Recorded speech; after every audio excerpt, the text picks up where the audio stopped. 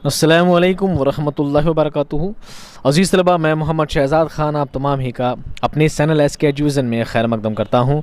आप तमाम ही का तहे दिल से इस्तकबाल करता हूँ। उम्मीद करता हूँ आप तमाम ये खैर आफ़ियत से होंगे और खुश खुर्रम ज़िंदगी गुजार रहे होंगे।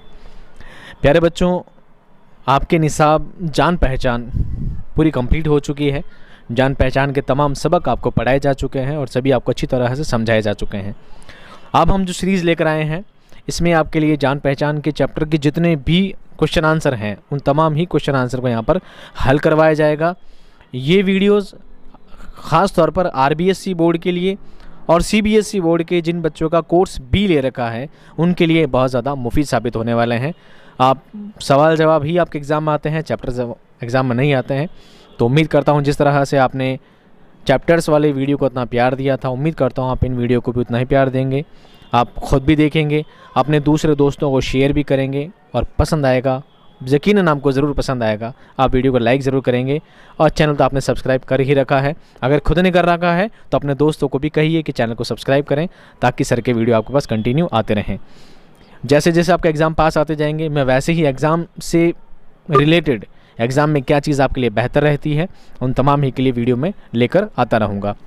ठीक है, तो आइए शुरू करते हैं सवालात और जवाबात। ये है सबक नंबर 1 हम्द, और इसके सवालात और सवालात के जवाबात आपको मैं पढ़कर बता देता हूँ। अगर आपको ज़्यादा ही याद रखने की कोशिश करनी है तो आप इसका स्क्रीनशॉट लेकर भी रख सकते हैं। जैसे जैसे मैं पेपर स्लाइड करूँगा, आप बारी बारी इनके स्क्रीनशॉट लेकर रख सकते हैं याद करने के लिए, या आप बार बार वीडियो को सुनकर याद भी कर सकते हैं। ठीक है, और आखिरी बात एक और कहना चाहूँगा कि मैं यहाँ पर सवाल जवाब सिर्फ पढ़कर बताऊँगा, ज़्यादा डिटेल में नहीं समझाऊँगा। नहीं समझाने की वजह यह है क्योंकि चैप्टर वाला जो वीडियो है उसमें हर बात को बहुत ही वाज़ेह तौर पर, बहुत तफसील में आपको समझाया गया है ना। तो आपको क्या करना है, अच्छी तरह से याद करना है, यहीं से समझने की कोशिश करनी है और समझना है हर बात को, हर टॉपिक को वर्ड टू वर्ड समझना है। तो चैप्टर वाली वीडियो पर जाइए और वीडियो को क्लियरली देखिए, आप हर बात समझ जाएंगे। चलिए, आपका वक्त बिल्कुल ज़ाया नहीं करूँगा, सीधे आता हूँ सवाल जवाब के ऊपर। सवाल नंबर 1, शायर ने बेल बूटे को मिट्टी से उगाया हुआ क्यों कहा है? जवाब, क्योंकि बेल बूटे मिट्टी से ही उगते हैं और मिट्टी से उग कर वो हरे भरे हो जाते हैं, इसलिए शायर ने बेल बूटे को मिट्टी से उगाया हुआ कहा है।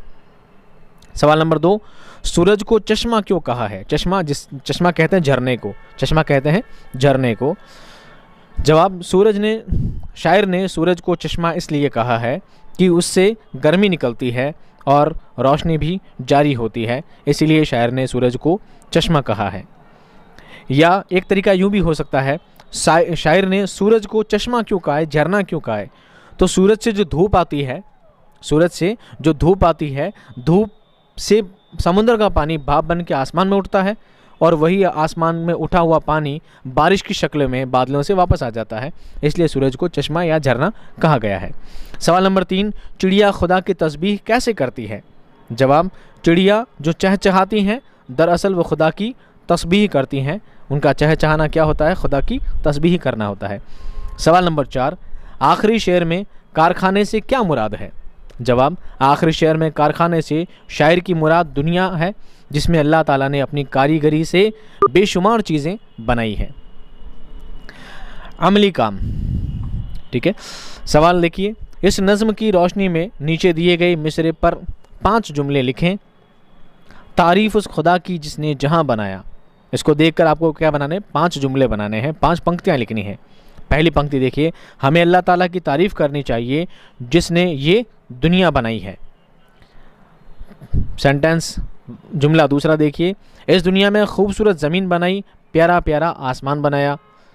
तीसरा जुमला देखिए, सूरज चांद और तारे बनाए, बेल बूटे पेड़ पौधे बनाए और चरिंदे परिंदे और दरिंदे बनाए, और उसने अपनी रहमत से दुनिया वालों के लिए तरह तरह की नेमतें पैदा की और हर चीज़ से उसकी कारीगरी का पता चलता है। अब आइए सवाल अगले पर। इस्माइल मेरठी की हालात ज़िंदगी तहरीर करें। ठीक है, इस्माइल मेरठी जो कि इस नज़म के शायर हैं, उनकी हालत ज़िंदगी बारे में मुख्तसर तौर पे आपको बताना है। अब देखिए जवाब है, नाम मौलाना इस्माइल मेरठी, तखल्लुस इस्माइल, तखल्लुस किसे कहते हैं? शायर अपने असल नाम को छोड़कर, असल नाम के अलावा एक नाम अपनी शायरियों में और इस्तेमाल करता है, उसे तखल्लुस कहा जाता है, जिसे उपनाम भी कहते हैं, इंग्लिश में पेन नेम भी कहा जाता है। ठीक है। पैदाइश 1844 ईस्वी में, वफ़ात 1917 ईस्वी में। पूरा नाम मोहम्मद इस्माइल मेरठी है, तखल्लुस भी इस्माइल है। मेरठ में पैदा हुए इसलिए मेरठी कहलाए। इस्माइल मेरठी 1844 ईस्वी में पैदा हुए। उन्हें बचपन ही में पढ़ने लिखने का शौक़ हो गया। छोटी सी उम्र में ही नौकरी कर ली। इल्म, शायरी और अदब में नाम कमाया। उर्दू और फ़ारसी के उस्ताद रहे। उन्होंने बच्चों की दिलचस्पी और पसंद के मुताबिक कई खूबसूरत नज़में लिखी हैं और कई उर्दू पढ़ाने की किताबें लिखी है, और आज तक वो किताबें मदरसों और स्कूलों में शौक़ से पढ़ाई जाती हैं। इस्माइल मेरठी ने अपनी शायरी में आसान और दिलकश ज़बान का इस्तेमाल किया है ताकि बच्चे उनकी शायरी को समझने में तकलीफ़ महसूस ना करें।